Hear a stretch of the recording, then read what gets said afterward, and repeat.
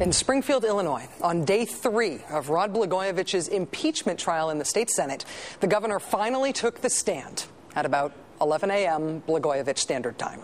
First, he made some news suggesting that White House Chief of Staff Rahm Emanuel should be fired. Don't hold your breath. News first, but then ultimately he simply stuck to his guns. You guys are in politics. You know what we have to do to go out and run elections. There was no criminal activity on those 4 tapes. I didn't resign then, and I'm not resigning now because I have done nothing wrong. In the end, there was pretty much just one question left for the state Senate to answer. Knowing all that could be known at that moment, did Illinois state senators think that Rod Blagojevich should be impeached? Yes. Yes. Yes. Yes. Yes. Yes. Yes. Yes. Yes. Yes. Yes. Yes. Yes. Yes. Yes. So the answer was yes. It was unanimous, 59-0. Rod Blagojevich convicted, thrown out of office, and then, for good measure, barred from taking any other political office in Illinois ever again. Almost immediately afterward, Lieutenant Governor Pat Quinn was sworn in as the state's 41st governor, instantly becoming the answer to a really good Illinois politics trivia question in the year 2028. Then at about 6:10 p.m. Blagojevich Standard Time, the former governor made his first statement as an ordinary citizen. Well, an ordinary citizen under criminal investigation for corruption. Mainly, this statement was his greatest hits, but there were a couple of bonus tracks thrown in for the fans. I'm obviously saddened and disappointed, but not at all surprised by what the state Senate did today. I love the people of Illinois today, now, more than I ever did before. And thank you. And the fight goes on. Governor, did you ever consider resigning? No, I did not. Hey, let me ask you a question. So if I, ask you guys to come and cover me if I want to say something, will you do it? Are you gonna Will you? Or is this the last hurrah? Will you play hoops with me on the summer? Oh, absolutely, man, absolutely. You know, I can spin a basketball on all 5 fingers of my right hand. You know that. Let me say one more thing to the people in the Latino community. Gracias por su apoyo. Juntos haremos nuestro estado mucho mejor para todos. Sí se puede. Rod, you rock! Si se puede? Joining us now is Mary Mitchell, editorial board member and columnist for the Chicago Sun-Times. Ms. Mitchell, thank you so much for coming back on the show tonight. Thank you for inviting me. Even former Governor Blagojevich seems to have expected the conviction in the Senate today, but was the unanimous vote a surprise? No, not at all. Not at all.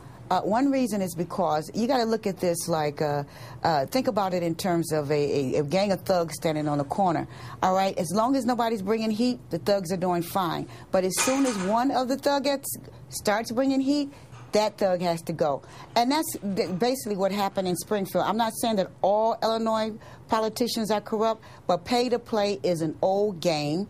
And former Governor Rod Blagojevich knew that people in that body that was sitting in judgment of him has played that game. So they had to get rid of him because he was an embarrassment, because he was bringing heat and attention and negative attention to the state of Illinois. Are you saying that state senators had to vote unanimously to get rid of him in order to make it seem like he was the only one who ever engaged in pay-to-play, in order to divert attention from their own selves?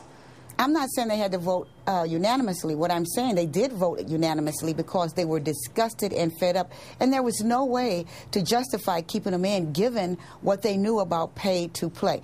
Also, they're worried now about what's on those tapes.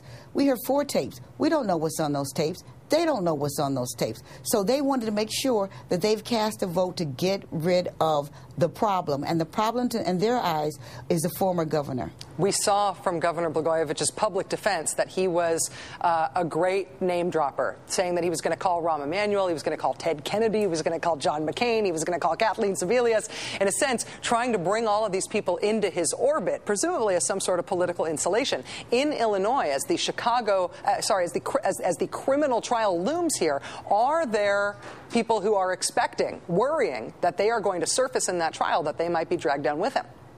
Well, I'm pretty sure there are people worried about that, and I'm not going to say any of those people are the people that the former governor named today in his impassioned speech on the floor.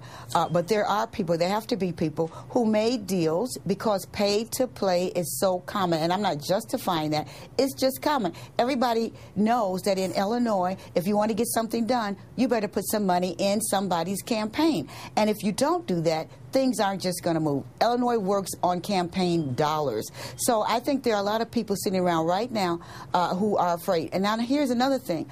I just don't see how some people are going to sleep tonight, because what they did, not all of them, but what some of those people who voted they did was act like hypocrites, act like they didn't know that this kind of behavior was going on, and that is so wrong, but they've engaged in that same kind of behavior. President Obama released a statement today that said, "Today ends a painful episode for Illinois. For months, the state had been crippled by a crisis of leadership. Now that cloud has lifted." Has the cloud lifted, or does there need to be some big ethics initiative now to really clean up after this? Well, it needs to. You need to get a cap on campaign donations. We have seen one governor go to jail for the same kind of stuff. Now a governor has been kicked out of office. We've seen dozens of aldermen go to prison because of this kind of fraud and corruption. So I don't think a cloud has been lifted. People have just been able to hold it off for a little while. One of those clouds just started raining, maybe.